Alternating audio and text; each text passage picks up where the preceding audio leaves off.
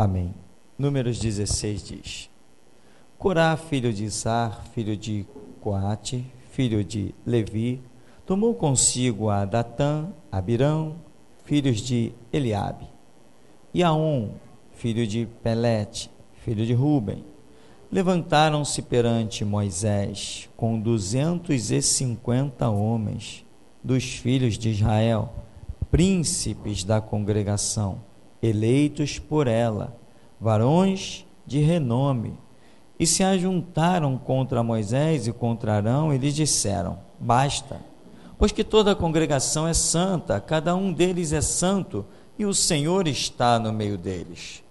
Por que, pois, vos exaltais sobre a congregação do Senhor? Tendo ouvido isto, Moisés caiu sobre seu rosto e falou a Corá e a todo o seu grupo, dizendo: Amanhã pela manhã o Senhor fará saber quem é dele e quem é o santo que ele fará chegar a si. Aquele a quem escolher fará chegar a si.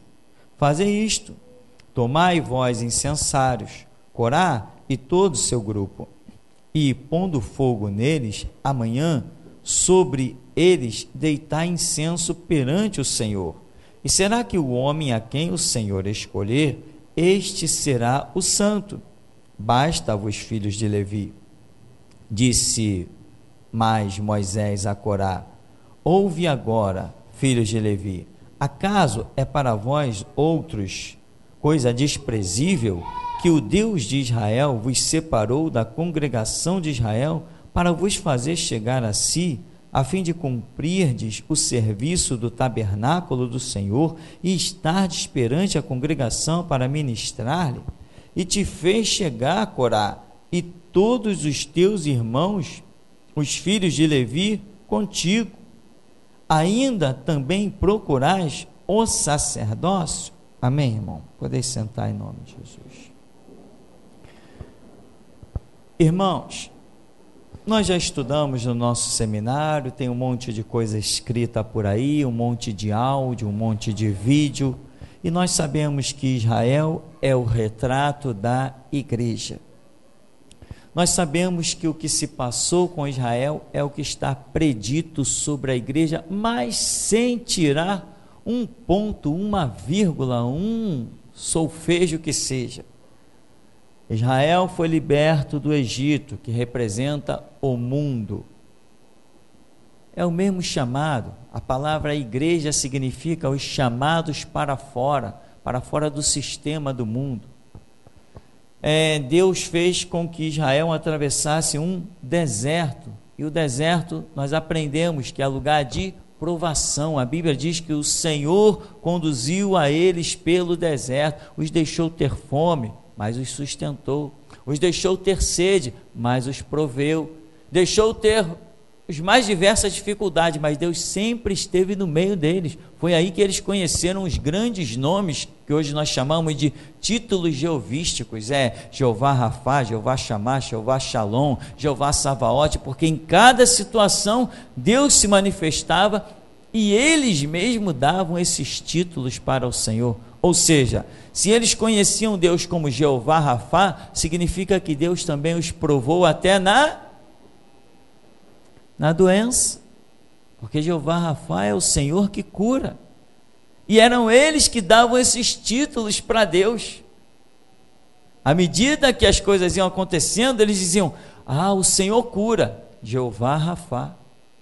Quando Deus exterminava exércitos que vinham contra eles, eles diziam: Jeová Savaote, Ele é Senhor dos exércitos, Ele exterminou. Era o próprio povo, segundo alguns estudos, que davam esses títulos para o próprio Deus. Pelas suas operações, o povo criava esses vínculos com nomes para Deus. Por exemplo, hoje nós dizemos que Jesus é Salvador. Por quê? Porque Ele nos resgata a alma, nos perdoa dos nossos pecados. E assim vai, à medida que Deus se manifesta na sua vida, você vai tendo conceitos a respeito de Deus, e quando você está na sua intimidade de oração, você usa esses conceitos. Alguém um dia usou o nome para Deus, Altíssimo, porque dentro da alma da pessoa estava esse conceito de exaltação. Não porque necessariamente Deus tenha chegado e dito, eu sou o Altíssimo. Não. Quando ele se manifesta para Abraão, ele apenas diz o quê? Moisés, vai lá libertar o povo. Mas como é o teu nome? Moisés, eu sou o que sou. Imagina uma coisa dessa. Deus poderia dizer tanta coisa, Moisés, eu sou isso, eu sou aquilo outro. Olha, Moisés, eu vou te arrebatar para você dar uma olhadinha no céu e você ver as coisas que eu fiz. Não, Moisés, eu sou o que sou, e acabou a história. Deus nunca se preocupou com tanta exaltação. Então, irmão, o deserto que Israel passou, que é lugar de provação, é hoje o mesmo deserto que nós, igreja, estamos também passando. Então, nesse deserto, nós podemos até ter fome, mas Ele vai prover. Ele é Jeová Jireh, o Deus das provisões. Nós podemos pegar um vírus aí no ar, uma enfermidade, mas não se desespere. Ele é Jeová Rafa, o Deus que cura. O povo de Israel, quando foi provado entre a libertação do mundo, que é o Egito, para entrar em Canaã, na terra prometida, que é o nosso alvo, eles passaram por situações que o próprio Deus deixou vir sobre eles. E o próprio Deus vai dizer em Deuteronômio, eu vos provei para saber o que estava onde? No seu coração. Não adianta gesto bonito e coração amargo. Não adianta, Deus não olha o homem por fora. Como que a Bíblia diz, Samuel, não unge esse bonitão aí rei não. Por quê? Porque eu, o Senhor, não vejo como vê o homem. Eu olho o coração. Não tem disfarce para Deus, porque ninguém consegue maquiar o seu próprio coração. Você pode maquiar o seu rosto, botar um bonézinho para o lado, umas roupas bonitas de funk toda larga, pode usar a maquiagem que for, aos olhos humanos, mas Deus não se detém, os olhos de Deus não batem nessa maquiagem que nós temos condições de criar. Ele olha direto o coração. Quando ele escolhe Davi, como é que Deus fala? Samuel, vai à casa de Jessé, o belemita, porque eu me provi de um rei ali. Ali eu encontrei um homem, o quê? Segundo o meu coração. Ou seja, ele olhou o quê? Para o coração de Davi. O tempo todo a Escritura diz, Davi, homem segundo o coração de Deus. Ou seja, Deus equiparou coração a coração. É uma forma que eu tenho de pensar.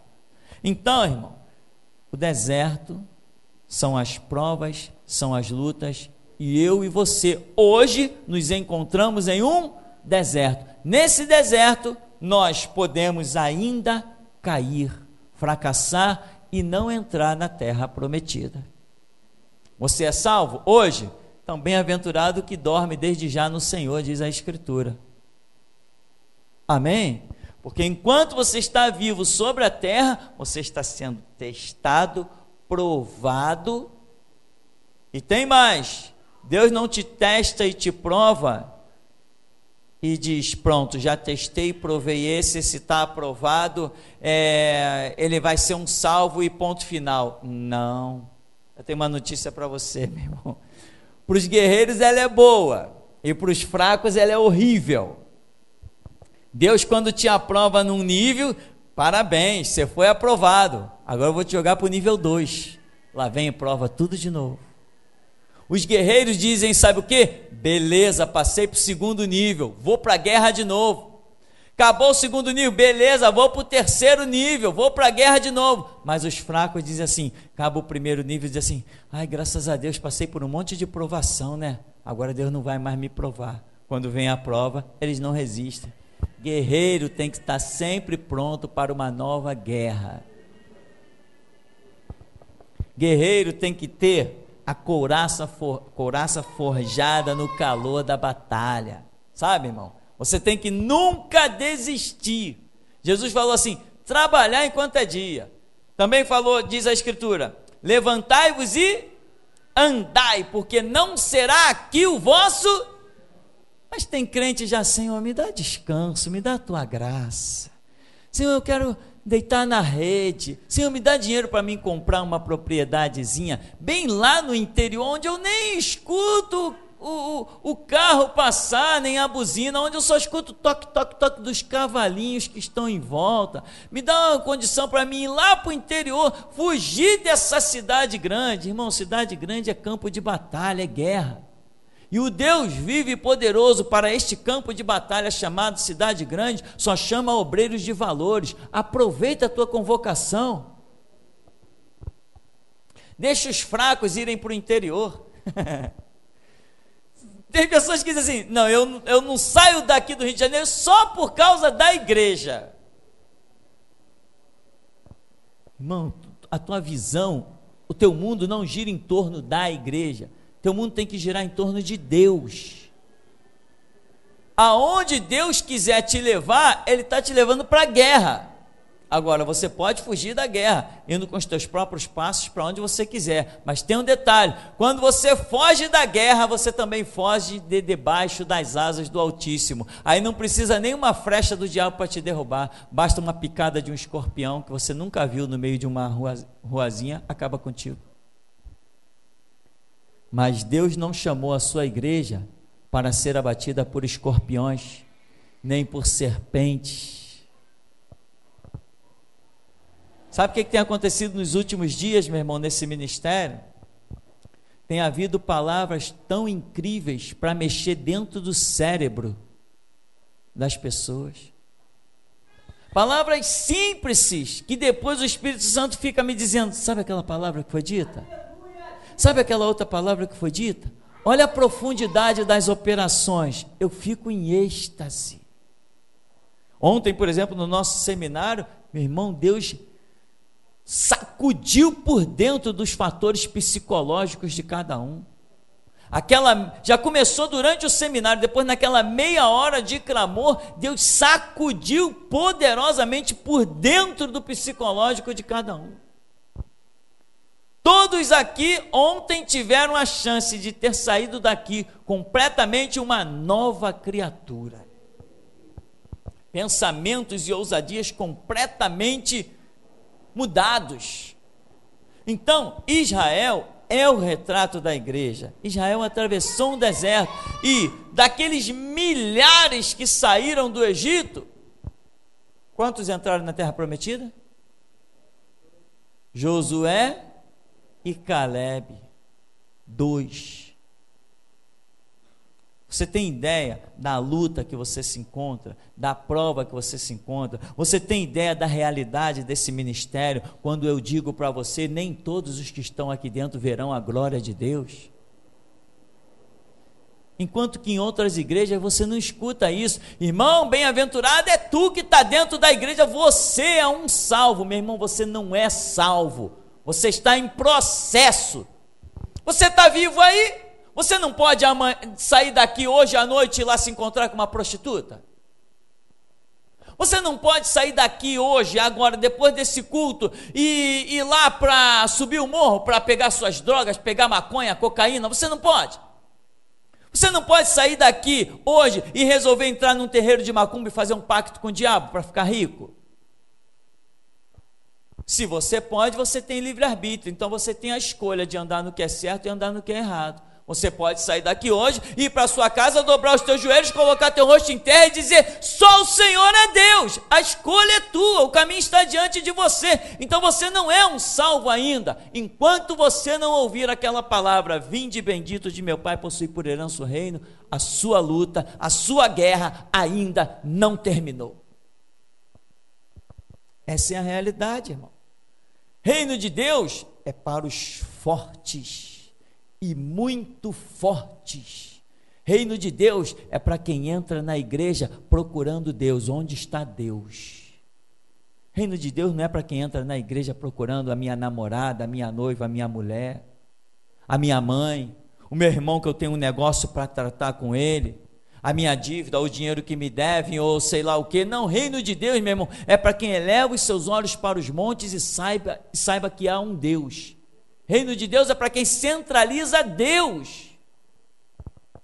Israel passa pelo deserto, mas nós vemos, olha só como tem gente no meio do povo de Israel de uma maneira completamente fora da realidade.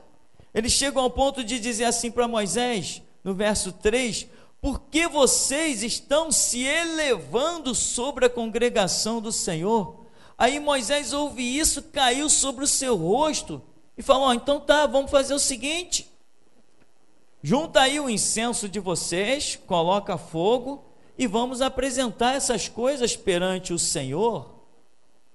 Eles quiseram? Eles quiseram apresentar? Se você não conhece a história, leia depois. O que eles dizem? Não vamos nada. Moisés convoca a outra turma lá, não vamos subir não vamos não. Ué, mas eles estão questionando o sacerdócio. Aí Moisés diz assim: peraí, não, a gente resolve isso. Eu não quero nada. Quem Deus escolher, para mim tá bom. Vamos fazer o seguinte, Arão vai colocar fogo no incensário dele, vocês colocam no de vocês e vamos comparecer perante o Senhor. Mas nós e eles sabiam o que ia acontecer quando comparecessem perante o Senhor. Quando eles entrassem no lugar que era reservado somente para os sacerdotes, quem não fosse sacerdote, o que ia acontecer? Ia ser fulminado, ia virar churrasquinho na hora. Então eles estão questionando o que eles sabem que não tem, mas querem criar tumulto, querem criar encrenca, querem questionar, querem se exaltar no meio de pessoas. Eles chegam lá com 250 homens.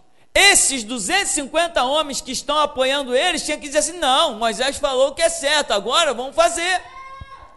Não viemos até aqui dizendo que somos servos, que Deus está no comando e que Moisés está querendo se exaltar. Então, já que a gente não credibiliza Moisés, vamos colocar fogo no nosso incensário e vamos lá para o Santíssimo Lugar agora.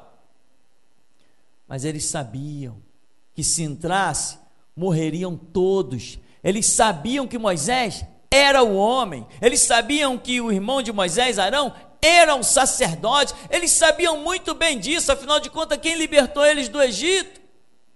Por qual homem se viu tamanhas pragas como se viu através das mãos de Moisés? Eles sabiam, mas mesmo sabendo, não tendo coragem para aceitar o desafio e as provas, eles ainda assim estão colocando intriga no meio do povo, estão colocando intriga no meio da congregação. Irmão, eu já falei isso umas 200 vezes, mas enquanto eu vivi, vou falar. Você foi chamado para esse ministério para ouvir o seu pastor, e o seu pastor sou eu, meu irmão. Cuidado, nós conhecemos as sedições que vão acontecer aqui, essa turma toda, depois milhares de pessoas vão ser tragadas por Deus, a terra vai abrir, um fogo vai vir no meio da congregação, muita gente vai morrer, sabe por quê? Porque eles acharam que tinham que ouvir Datã, Corá e Abirão. Mas quem é o líder? Quem libertou? Não foi Moisés? Quando, irmão, você achar que alguma coisa não é do jeito que deveria ser, a Bíblia diz que muitos são os pensamentos dos homens, mas a palavra certa vem dos lábios do Senhor. Quando você achar que alguma coisa não está acontecendo do jeito que deveria, põe em prática o teu conhecimento, vai dobrar os teus joelhos, abre os teus ouvidos e ouve Deus. Não deixa a tua vida ser tragada por besteirinha, por conversinhas, irmão. Não deixa, porque isso sempre existiu e sempre vai existir. Por isso que o Senhor Jesus ensinou uma parábola chamada a parábola do joio e do trigo, em que alguns discípulos disseram assim: Senhor, tem joio no meio, quer que arranquemos o joio? Ou seja, para arrancar o joio, tem que saber o que é joio. Mas o Senhor falou: não, mesmo vocês sabendo o que é o joio, deixa crescer junto. No dia da ceifa, eu faço a separação, eu ordeno os anjos e eles vão separar. O joio vai para queimar no fogo inextinguível, mas o trigo eu vou separar no meu celeiro. Irmão, o joio é bem visível. O joio é bem visível. Todo mundo sabe o que é o joio. Às vezes, na distância, você não detecta o que é o joio, mas quando chega mais perto, você detecta o que é o joio. Entende, meu irmão? Tem muitas pessoas que dão ouvidos ao que não deveria dar e acabam perdendo Deus. Irmão, se você perder Deus, eu vou até perguntar, para que você nasceu? Que sentido você vê na vida em trabalhar, em viver como um animal? Estudou, consegue um emprego, recebe um salário, ganha dinheiro, vai para casa, no outro dia, acorda, vai para o emprego, caiu a noite, volta para casa, no outro dia, vai para o emprego, e vai e come arroz e feijão, frango, batata, galinha. Final de semana vai para um boteco, né? Falando lá de fora, para aumentar um pouco mais essa expectativa. Vai para um boteco, ou vai para a praça jogar dominó, dama, e o camarada vive nesse círculo vicioso, horrendo, e consegue ainda sorrir. Sem Deus na nossa vida, eu não entendo como um ser humano consegue viver. Eu não entendo. Por isso a minha oração é todo dia reforçada. Deus, dá-me a morte, antes que eu possa pensar em errar dos teus caminhos. Moisés está gloriosamente guiando um povo, irmão. Mas lá no meio desse povo, o que que tem? Tem gente insatisfeita. Eles estão no meio, mas eles não são participantes. Eles viram Moisés abrir o Mar Vermelho, mas eles não ficaram satisfeitos com a abertura do Mar Vermelho.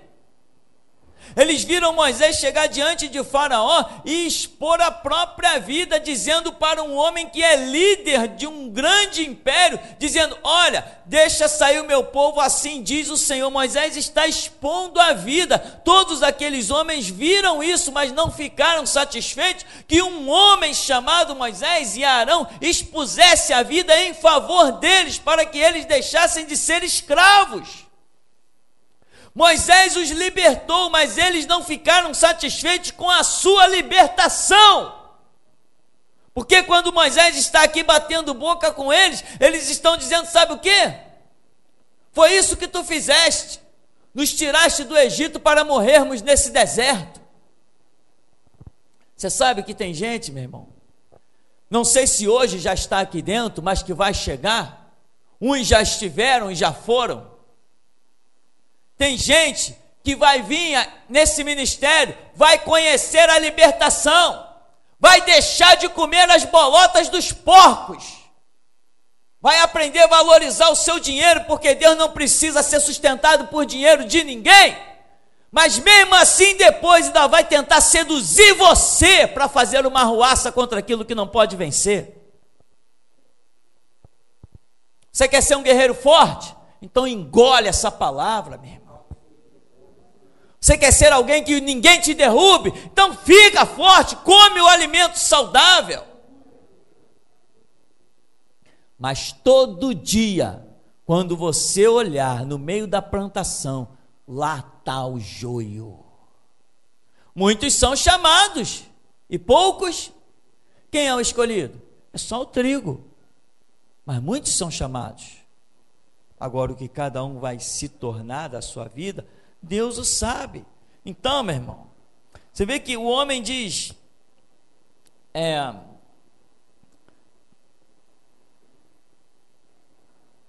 no verso 7, pondo fogo neles amanhã, sobre eles deitar incenso perante o Senhor, e será que o homem a quem o Senhor escolher, este será o santo. Santo quer dizer separado. Basta-vos, filhos de Levi. Ou seja, Moisés deu uma palavra definida. Disse mais Moisés a Corá: ouvi agora, filhos de Levi, acaso é para vós coisa desprezível que o Deus de Israel vos separou da congregação de Israel para vos fazer chegar a si, a fim de cumprir o serviço do tabernáculo do Senhor e estardes perante a congregação para ministrar-lhe? Veja, meu irmão, tem pessoas que mesmo tendo cargos de Deus, como esse homem tem. Moisés está falando do cargo dele.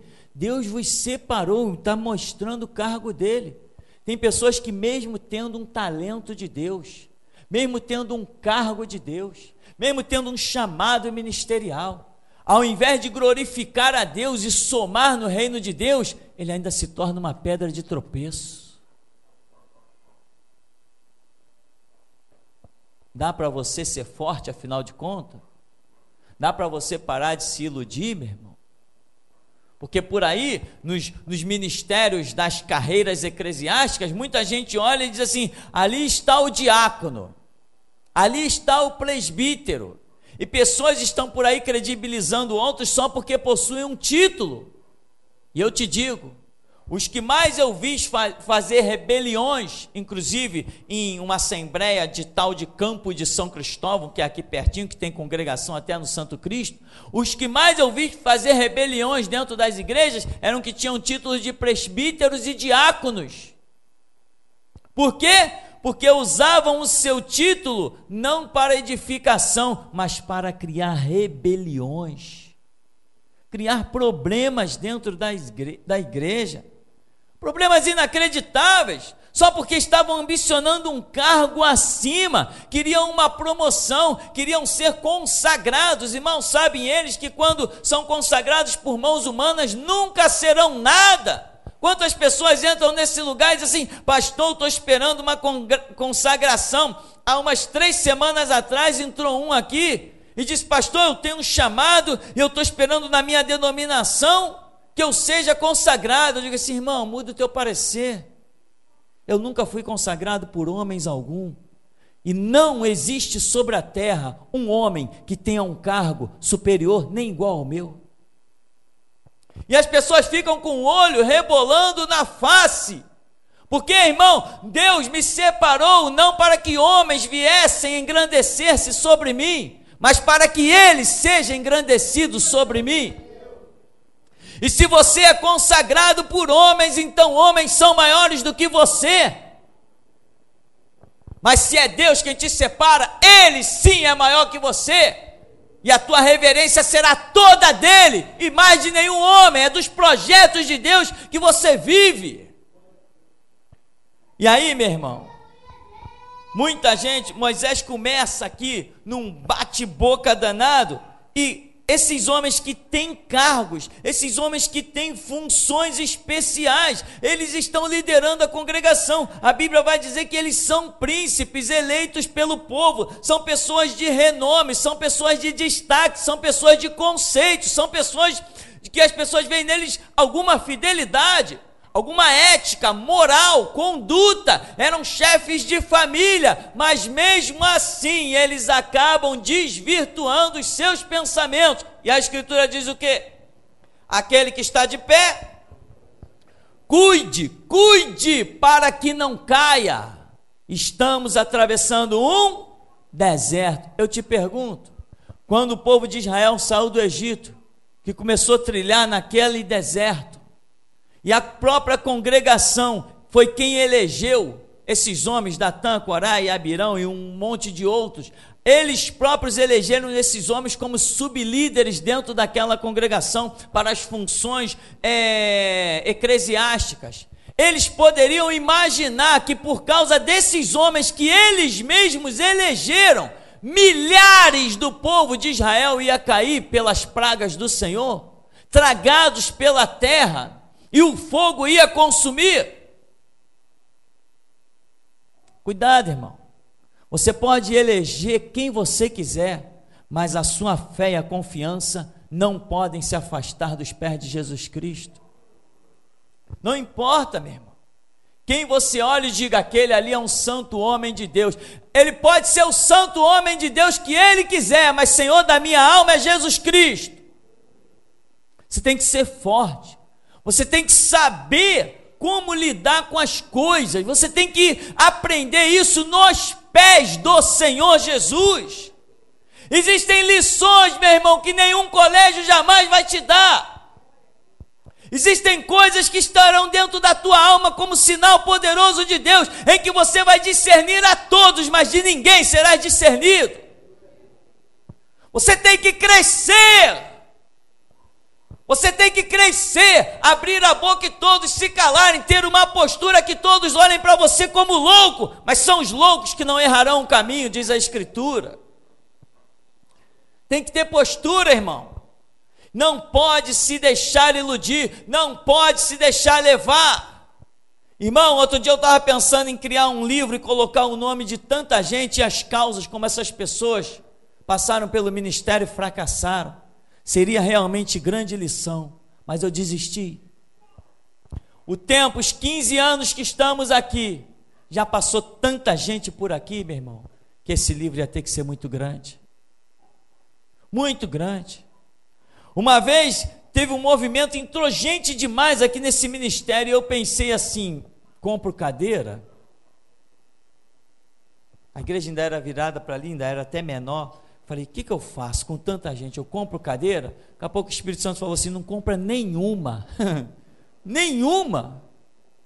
Eu conversei com algumas pessoas, as pessoas, pastor, vai ter que comprar cadeira, tem muita gente na igreja. Eu falei assim, não vou comprar nenhuma.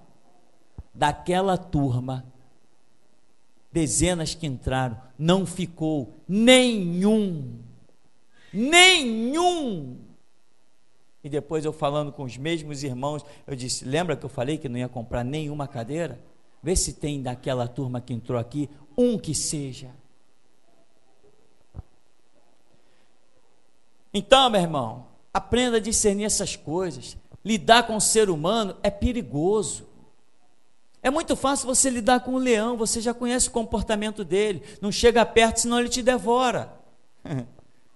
O leão, ele não vai rir para você, para dizer, vem cá, chega mais perto. Não, você está a 10 metros, ele já está rugindo para você e você já sabe que ele quer te devorar. Ser humano não, o leão não é uma desgraça, o ser humano que é uma desgraça. Ele te dá tapinha nas costas, doido para te ver crucificado. Cresce de vez, meu irmão, porque esta obra não tem espaço para fraco. Esta obra não tem espaço para excessos de benevolência. Isso se chama restauração. Tem que crescer, tem que ter maturidade, tem que ter postura, complementando, entre aspas, a palavra de ontem. Qual foi a palavra de ontem que foi dada a toda a congregação? Qual foi a palavra? Já esqueceu? Para trás de mim, Satanás. Lembrou agora? Essa palavra que foi dito, segura essa palavra, guarda, porque essa é a palavra que Deus está entregando para a congregação. Para trás de mim, Satanás, seja o teu pai, tua mãe, teu irmão, teu filho, seja quem for. Cresce, irmão. Isso aqui não é obra de brincadeira. Aquele homem crucificado há 2000 anos atrás não foi um palhaço querendo subir na cruz, não. Foi o sangue de um justo, de um inocente, de alguém que veio para cumprir o projeto do Pai. E acredite, o Pai vai valorizar cada gota daquele sangue. E aqueles brados, Eli, Eli, lama sabactani, até hoje ecoa no coração de Deus. Então, meu irmão, entenda que a igreja caminha, sendo ela retrato de Israel. Nós temos até várias mensagens.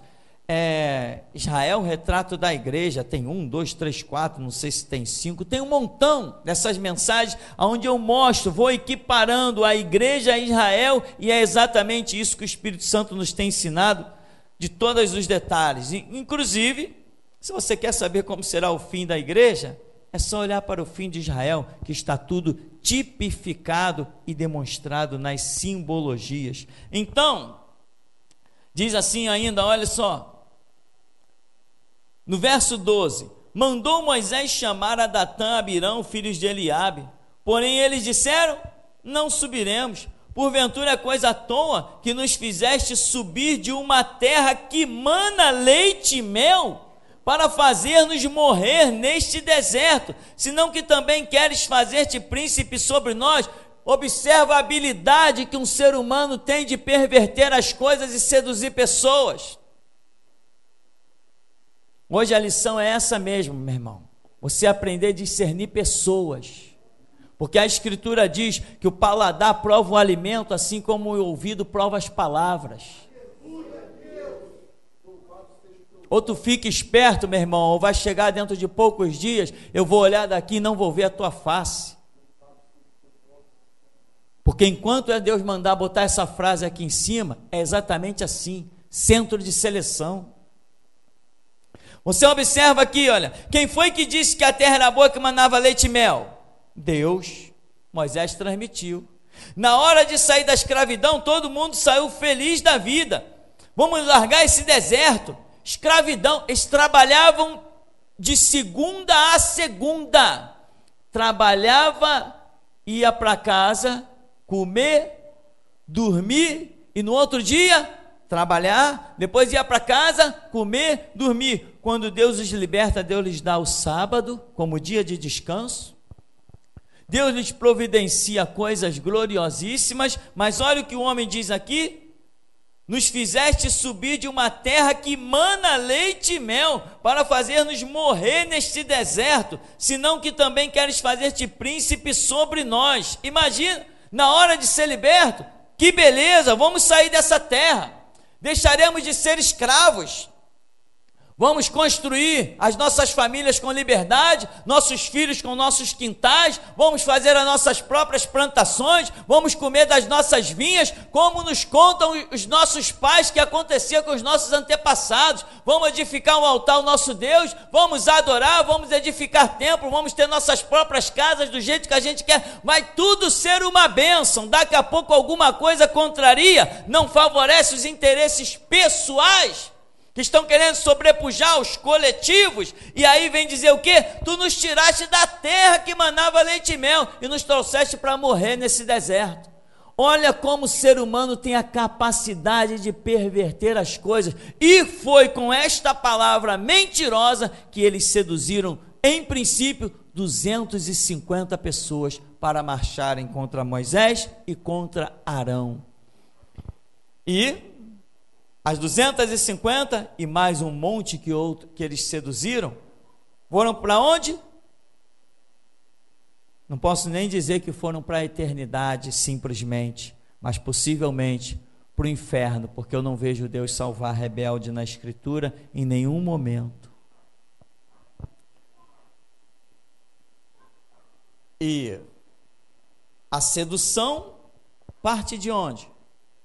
De uma cabeça. Ninguém pensa duas coisas ao mesmo tempo, né? Não é duas pessoas pensando a mesma coisa ao mesmo tempo. Não. Situações têm que surgir de uma cabeça. E uma cabeça é o bastante para fazer um estrago.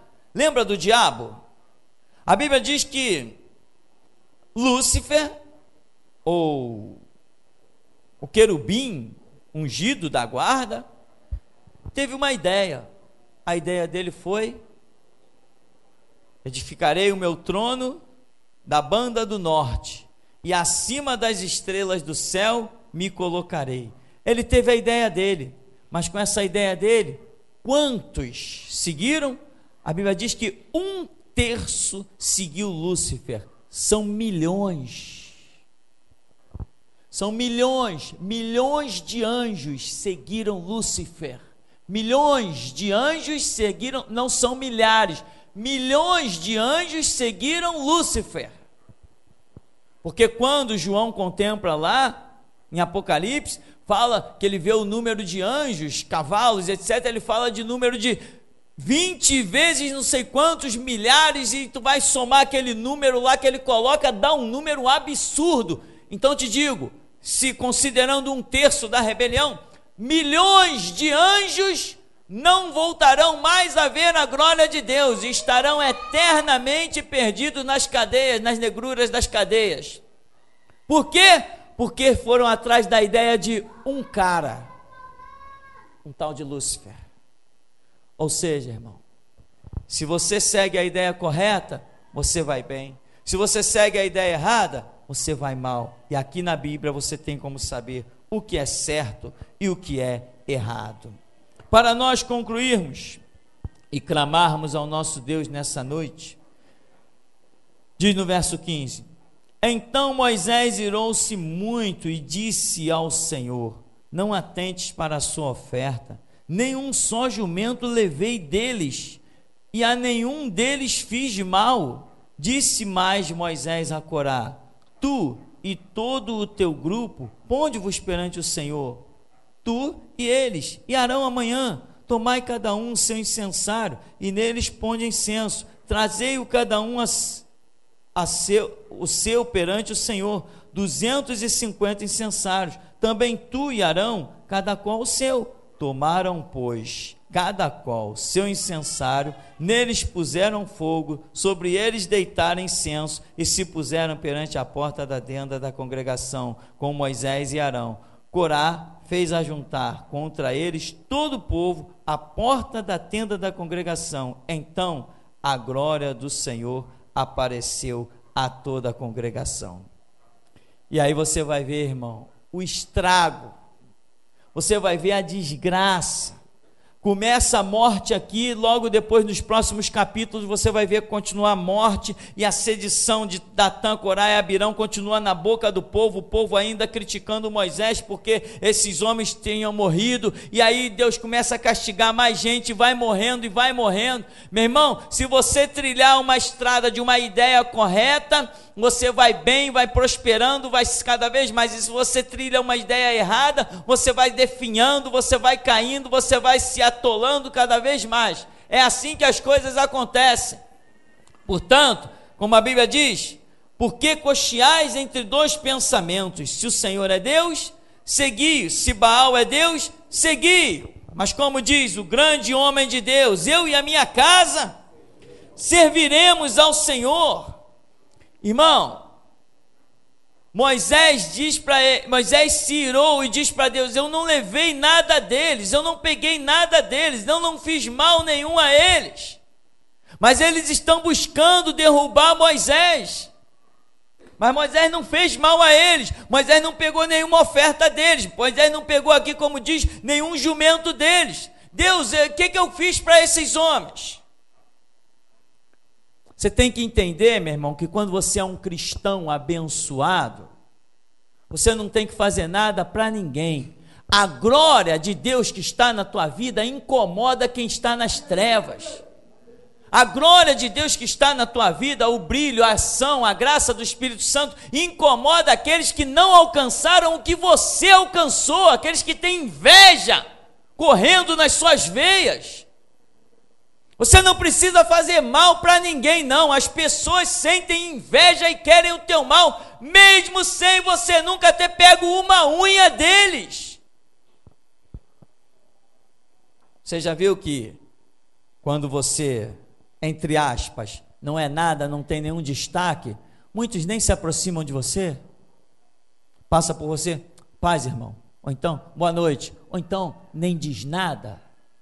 Mas basta você ter algum destaque levantado por Deus, daqui a pouco tem um monte de gente à tua volta. Graças a Deus, quando esses que estão à volta são para somar, mas não seja inocente, não seja menino, achando que é sempre assim. A realidade é diferente. Irmão, eu tenho quase de idade, estou caminhando para 50, e de evangelho estou caminhando para 30. Acredite numa coisa: os meus piores inimigos sempre estiveram dentro da igreja. Falo isso perante o Deus vivo. Os piores inimigos sempre estiveram dentro da igreja. Você acha que um satanista é inimigo à altura para mim ou para você? Você acha que um adorador do diabo, um invocador dos mortos, ou um que reza o terço, que isso é inimigo para nós? Você acha que exército, marinha, aeronáutica, um sistema, isso é resistência para a igreja do Deus vivo? Você está entendendo, meu irmão? Os nossos maiores problemas sempre estiveram dentro do convívio de igreja. É ali que nós sempre encontramos as maiores lutas. Mas pastor, o que eu faço então? Eu fico em casa e cultuo Deus em casa? Não, você tem que estar aonde Deus te manda estar, e você tem que ser esperto, crescido, firme e forte para resistir às astutas ciladas, não só do diabo, mas até daqueles que te invejam e querem ver o teu mal. Amém, meu irmão? Vamos clamar ao Deus vivo, vamos louvar e adorar. Até aqui nos tem ajudado o Senhor.